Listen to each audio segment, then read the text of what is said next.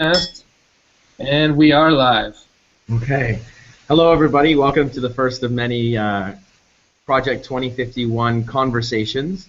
And we're really lucky to have Grant Lichtman here with us today. We're going to be starting these conversations talking about his book, #EdJourney. So I'll give you a little bit of context. Grant Lichtman works with school teams to develop a capacity for change in a rapidly changing world. For almost 15 years, Grant was a trustee, chief of finance and operations, and teacher at Francis Park School in San Diego, one of the largest independent schools in the United States.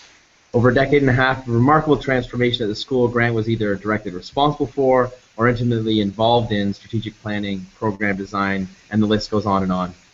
Grant is the author of 2 books. The Falconer, What We Wish We Had Learned in School, is based on his seminar in strategic and creational thinking. And he's also the author of #EdJourney, a roadmap to the future of education. And this is based on his firsthand research with dozens of schools and hundreds of K-12 educators. And this is also a book which has grabbed the attention and the imagination of many CAIS Ontario and CAIS schools across Canada. And there are many schools that are reading it. So Justin and I thought, what a great way to introduce and to extend the work of Project 2051. Welcome, Grant. Well, thanks very much, gentlemen. I appreciate you having me on today.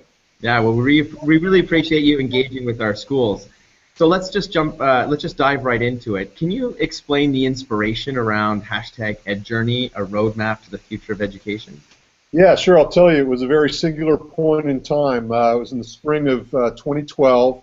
I was on an airplane flying back from Chicago to San Diego, and I'd been at a conference, relatively small conference, with colleagues from other independent schools around the country.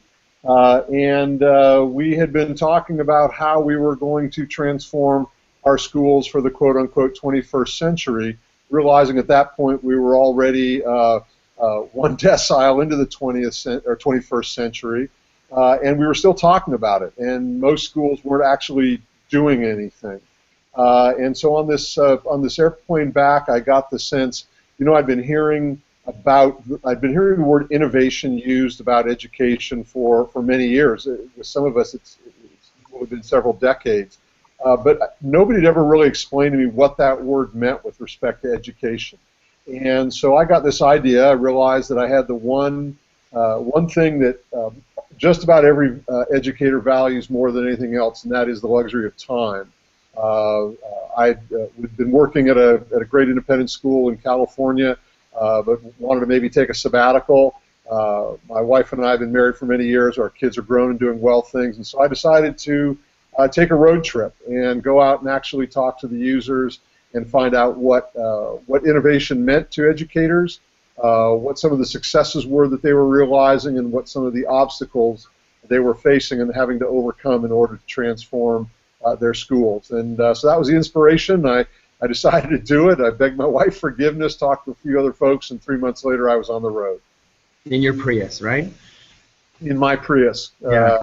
Drove just over 10,000 miles, visited 64 schools, and got 48.3 miles per gallon on the trip. There you go. So in your book, you also talk a little bit more about how you want to move schools away from the what of innovation into the how of innovation, and I think that's one of the most compelling things for us. So who should be reading this book, or why should we be reading this book as well?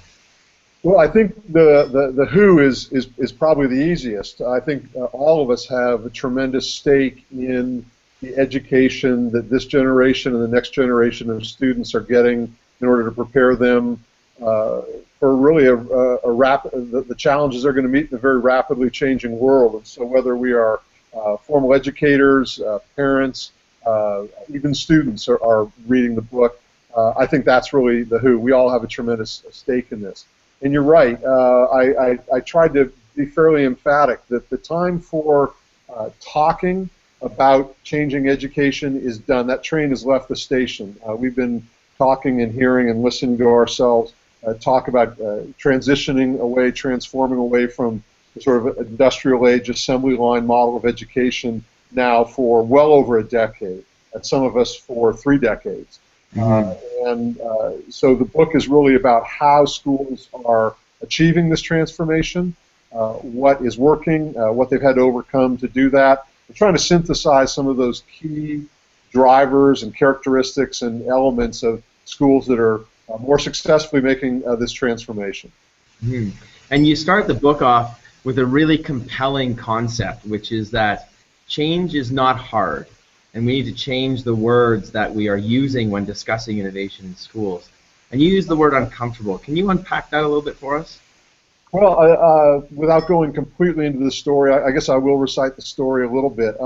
Sort of classic organizational change management says that change is actually very difficult, and you go through stages of grief, and there's the valley of death, and all these sort of horrible images about how organizations change. And I'm not disputing the difficulty or the complexity of it, but I had this conversation with many of the schools I had visited for the first sort of 2/3 of the trip, talking about how difficult and hard changing the organization was.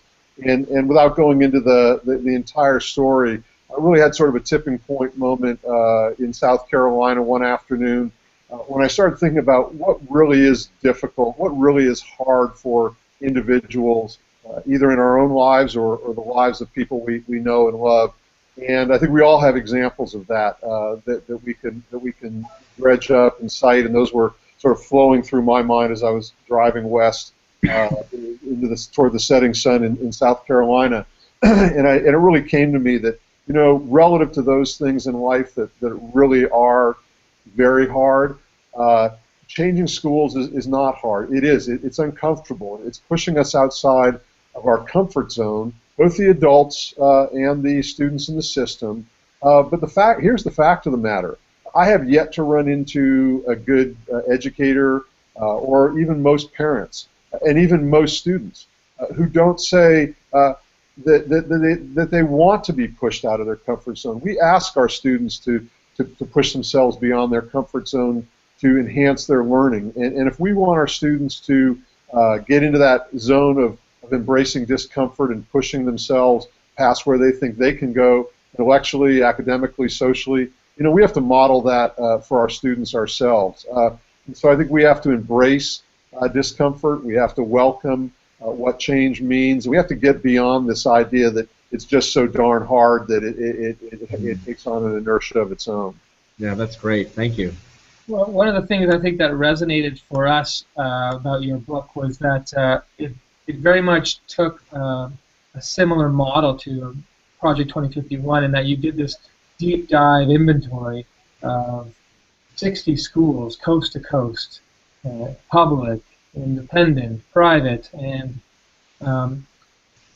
what I think, you know, when Garth and I first read the synopsis, this idea that you're looking for patterns and you're looking for stories and looking for schools that were actually doing it, and that's very similar to the approach we took this summer, and we kind of took more of a global inventory and with 44 schools, but it yielded those patterns. So this is just the perfect time for this book to come about, because it's the next kind of chapter in our Project 2051 conversation, and I'm really excited that you're going to be a part of our kind of weekly meetings as we explore some of your chapters specifically. Yeah, well, I really appreciate that, Justin, and I agree, and I was so excited to see the work that you folks are doing up there, taking this really comprehensive, long-range view. I mean, the bottom line here is exactly what you're finding. You know, my book isn't about what I think, and your Project 2051 isn't about what a few of you think. We're using the cumulative knowledge and experience of a large number of folks, synthesizing that, finding out what works, making that accessible to others. There's no reason in education for us to constantly reinvent the wheel and to think that at my school somehow things are substantially different than they are at any other school. And, you know, I'd had this conversation with people for decades.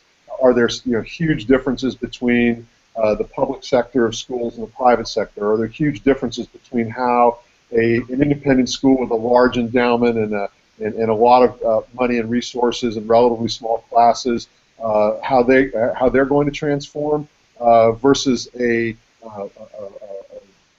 public school with significant challenges, a very different demographic, probably not as much budget, and a lot more students in the classroom. At least that's the case in the States.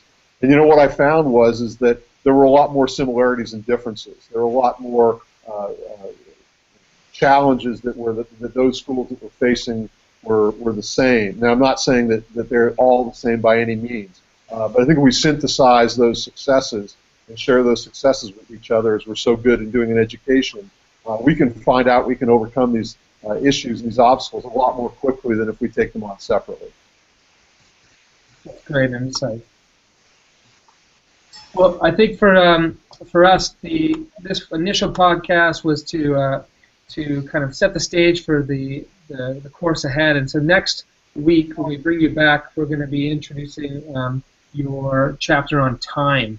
And as many of our schools play with timetables and look to mine the timetable and the day for new opportunities to either release new learning opportunities or professional development opportunities or just create new signature programs. That's something that I know we're all playing with, and I think is extremely relevant at this time. Well, good. Well, I look forward to future vodcasts with you folks, and hopefully getting a little bit better connected with our friends north of the border. We're all facing a lot of these same issues together, and I'd be really happy to interface with more schools in Canada. I appreciate you guys looping me into the conversation. Okay. Thanks so much, Grant. Take care. Take care. Are we offline here, Justin?